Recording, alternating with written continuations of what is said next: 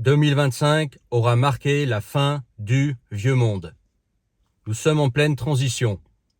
Et ça a commencé avec le CAC 19. Si tu regardes bien, on peut vraiment distinguer deux mondes. Le monde dans lequel on est aujourd'hui, un monde en transition, et l'avant CAC 19. L'augmentation des prix, l'atmosphère générale, l'ambiance dans la société, la façon dont le monde était configuré. Et à partir de ce moment-là, on est rentré dans une zone de transition. Une zone, je veux dire, dans le temps. Il y a la guerre en Ukraine qui est arrivée, la guerre Palestine-Israël. Et là, on voit les États-Unis qui probablement vont pas se gêner pour aller faire une guerre au Venezuela. Je dis pas qu'ils ont tort ou raison, mais c'est juste un fait. Tu vois, avant, les Américains, ils se disaient donc les défenseurs de la démocratie. Et puis même quand ils étaient impliqués dans une guerre, même loin d'eux, au moins ils faisaient semblant de dire voilà, c'est pour la démocratie, etc.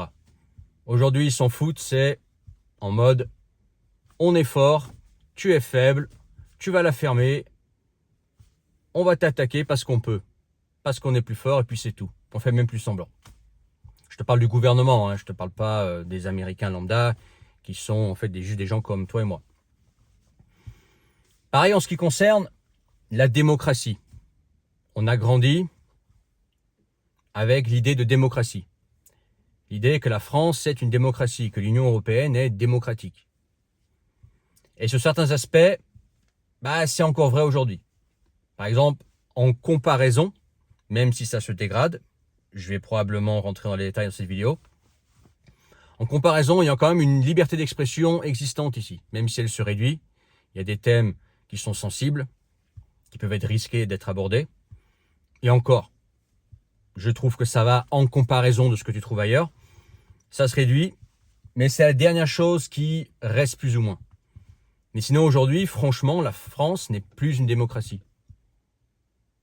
Et l'Union européenne n'est pas une démocratie. Moi, je vois la France comme, en fait, une région d'un grand pays fédéral, l'Union européenne. La France n'a pratiquement rien à dire aujourd'hui.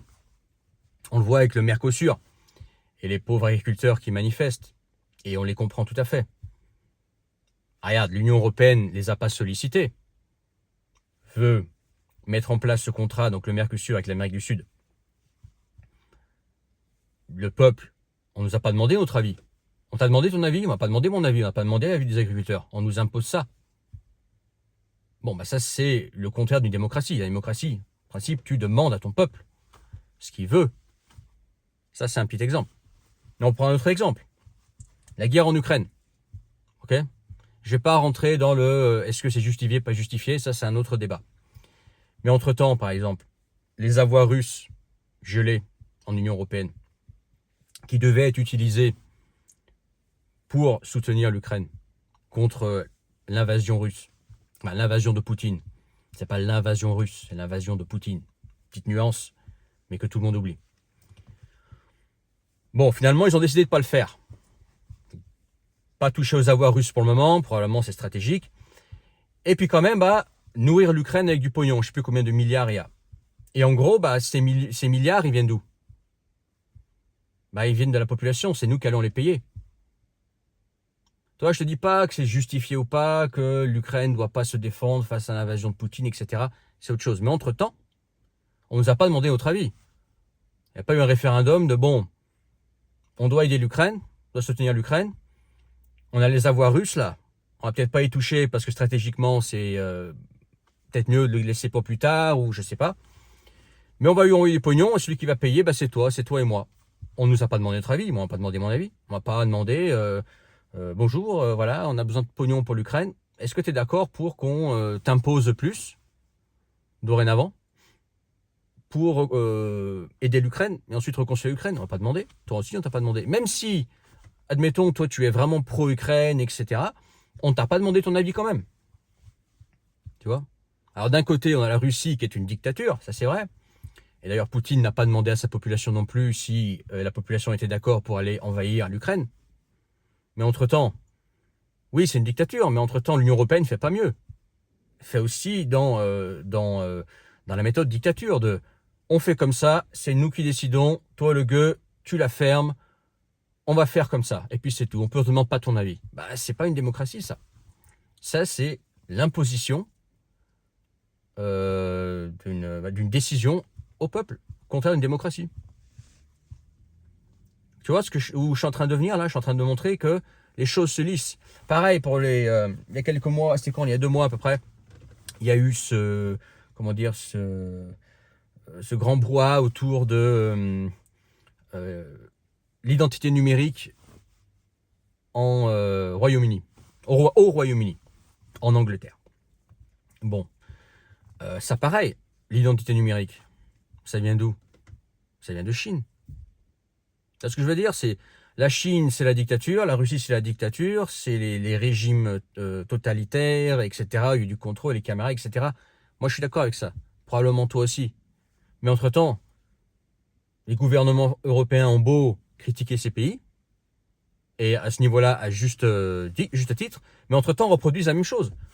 Au Royaume-Uni, ils sont en train de mettre en place une identité numérique. Okay. En Russie, il y a aussi une identité numérique. Voilà, avec Goussouslogi, avec l'application Max, qui contrôle tous les téléphones, en gros. Okay.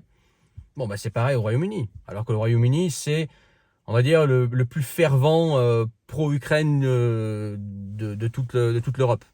Parce que, tu sais, même avec le Brexit, dans les faits, le Royaume-Uni fait partie de l'Union européenne. Hein. Voilà, c'était juste de la fumée. Mais c'est comme le Frexit. Hein. Demain, il y a un Frexit. La France fera quand même partie de l'Union européenne. Faut pas rêver. Hein.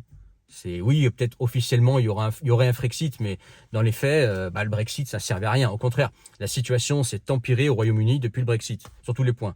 L'insécurité, les prix, dynamisme du pays,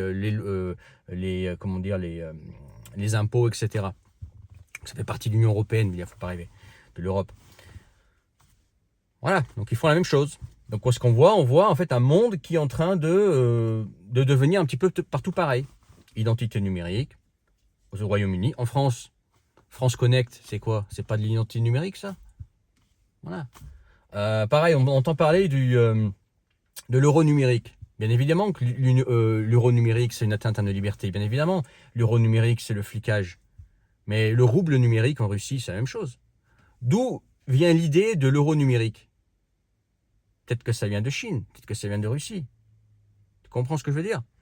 C'est-à-dire que les choses, tout le monde se copie là. Aux États-Unis, c'est pas mieux. Aux États-Unis, t'as vu ce qu'ils veulent faire, ce qu'ils veulent t'imposer si tu veux aller aux États-Unis rien qu'en tant que touriste?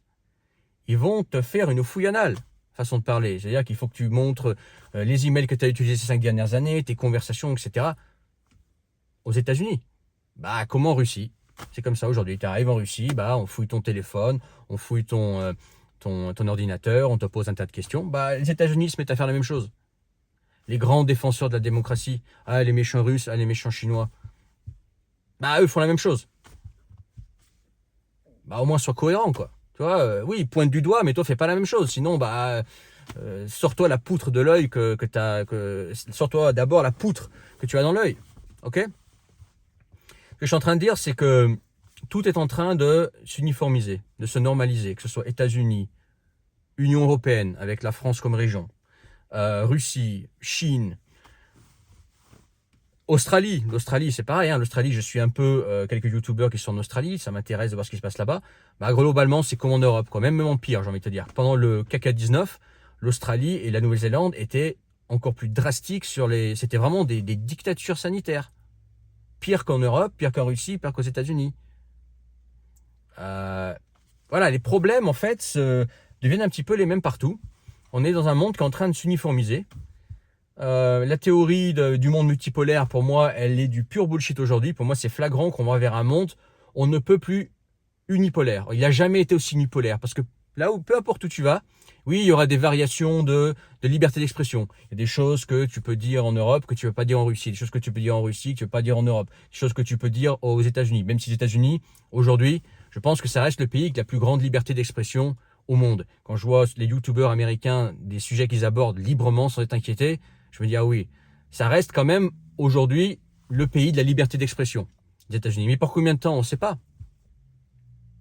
Toi, Trump, il n'est pas mieux que Xi Jinping ou Poutine. Hein. C'est la même chose. Hein. C'est pas juste un droitard qui veut ton bien. Non, non, c'est un mec qui a envie aussi de devenir un autocrate, qui a envie d'imposer une espèce de dictature. Ok ? Bref, le monde est en train d'avoir des configurations dans chaque pays qui sont très ressemblants, des systèmes qui sont très ressemblants, qui sont lissés. On voit aussi l'insécurité qui est en train de s'internationaliser. Tu te rappelles Bataclan, promenade des Anglais. On disait il y a 10 ans, ouais, ça c'est vraiment un problème qui est en Europe, l'insécurité en France, etc. Bah, l'année dernière, le Crocus City, où il y a eu, je sais pas, 160 ou 150 morts dans un attentat comme le Bataclan à Moscou, bah, c'est arrivé en Russie, à Moscou, le soi-disant pays où il n'y a pas d'insécurité. La semaine dernière, ou c'était quand il y a une semaine, t'as vu là, en Australie ce qui s'est passé? Le mec, il a tiré là, les deux voilà, qui ont tiré là dans la foule. Voilà, l'insécurité, les attentats deviennent internationaux. Hier, Taïwan.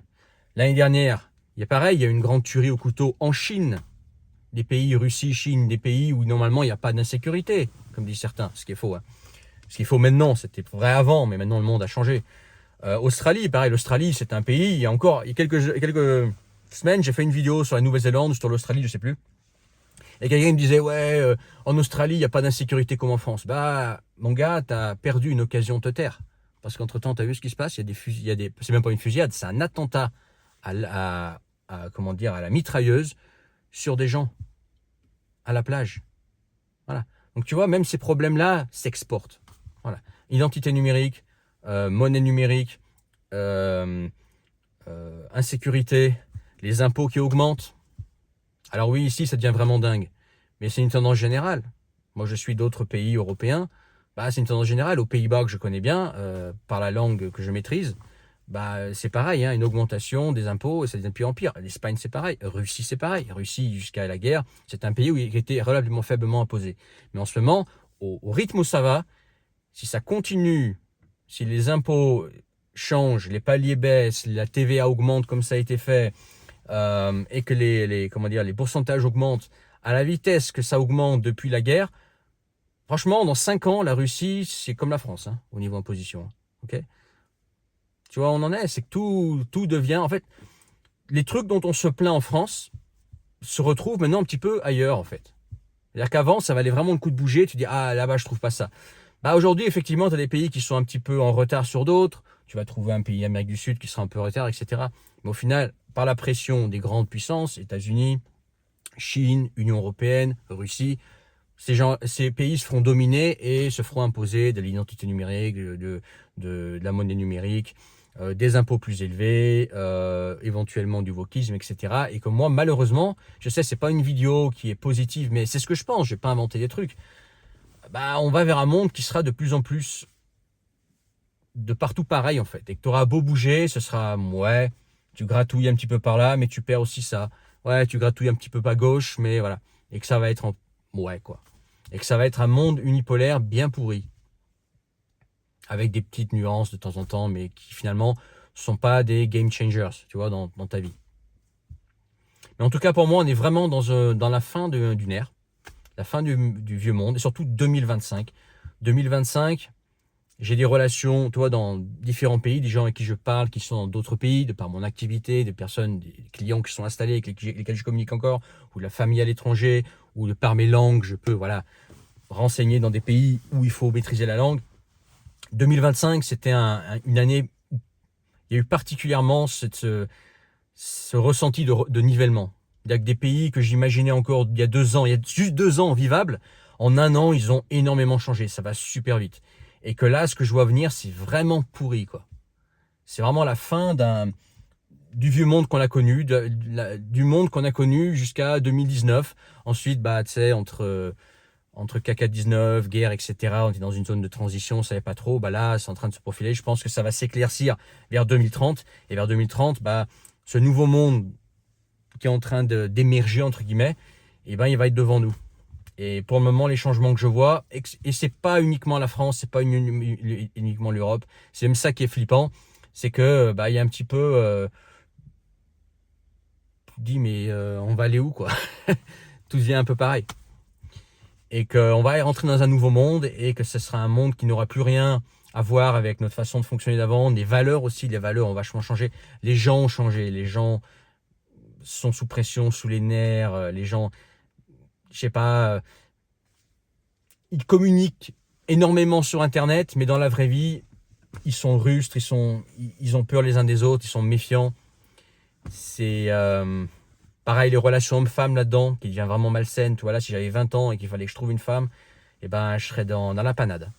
Moi, je suis encore une génération où j'ai connu la dernière décennie de l'âge d'or de la femme traditionnelle et des femmes qui avaient les valeurs d'avant. Tu vois, comme moi, j'ai encore pu avoir et trouver. Mais maintenant, à 20 ans, si tu veux une femme qui a des valeurs traditionnelles, eh ben, écoute, tu peux te lever de bonne heure. Même en Asie, même en Russie, même en Amérique du Sud, avec Internet, tout se normalise, s'égalise. Les exemples deviennent les mêmes, les mauvais exemples deviennent les mêmes pour tous, soit pour les hommes et les femmes. Bref, un monde unipolaire et numérique, que ce soit au niveau du contrôle, que ce soit au niveau de la monnaie, que ce soit au niveau de nos mouvements, de plus en plus de numérique, de pays qui vont se fermer. Il va être, je pense, de plus en plus dur de bouger. Il sera toujours possible de bouger d'un pays à un autre, mais il va y avoir vachement de freins, en fait, vachement de restrictions, de contrôle à l'entrée de chaque pays, etc. Des trucs chiants, de la friction, quoi. En tout cas, voilà, pour moi, c'est la fin de la démocratie. L'Union européenne n'est pas une démocratie, la France non plus. La France est une dictature douce. Ça veut dire que faut mieux être en France qu'en Chine ou en Russie ou en Iran. Tu vois, mais ça reste, c'est plus une démocratie. C'est mieux ici au niveau liberté d'expression, au niveau liberté individuelle, etc. Mais si ça continue comme ça, on se rapproche dangereusement de régimes qui sont devenus aujourd'hui très autoritaires, qui sont des dictatures, et que on n'aura plus rien à envier à des vraies dictatures, parce qu'on sera devenu une vraie dictature. Moi, je pense qu'on en est là. Mais en tout cas, 2025 particulièrement, j'ai vraiment ressenti ça. J'ai vraiment, tu vois, senti ces prémices qu'il y avait quelques années vraiment se confirmer, se raffermir. Okay. Et le monde rien qu'en un an, là, je trouve qu'elle a énormément changé. Rien qu'en un an. Pour une période d'un an, c'est fou à quelle vitesse les choses ont changé en un an. Voilà, rendez-vous en 2026, mais voilà, 2025, c'était pour moi, plus que 2019, encore vraiment la fin d'une ère, quoi. Dis-moi ce que tu en penses en commentaire. N'oublie pas de t'abonner, mettre ton pouce, partager. Et puis dans la description, le premier lien, tu peux rejoindre mes contacts privés, le canal Telegram et recevoir tous mes messages à venir. Ne les loupe pas. Et si tu veux qu'on s'appelle toi et moi, on parle du sujet que tu veux, en appel visio privé, que toi et moi. Tu peux réserver ça en description. Tu cliques sur le premier lien, tu t'inscris et tu réserves. Et une fois que tu as réservé, on convient d'une date et d'une heure précise qui te convient toi pour parler du sujet que tu veux. Ok ? Par rapport aux vidéos que j'ai fait, tu me vois pertinent sur un sujet, ou tu cherches des alternatives dans le monde actuellement qui s'est durci, qui s'est vachement durci, où tout ce qu'on a utilisé avant, ce qu'on nous a dit avant, aujourd'hui ne fonctionne plus. Le système est cassé. On va vers un autre système et il va falloir s'adapter. Il ne va pas rester là-dessus, il va falloir s'adapter. Voilà, on en reparlera dans d'autres vidéos. Surtout en 2026, j'ai prévu des choses. À bientôt, allez ciao.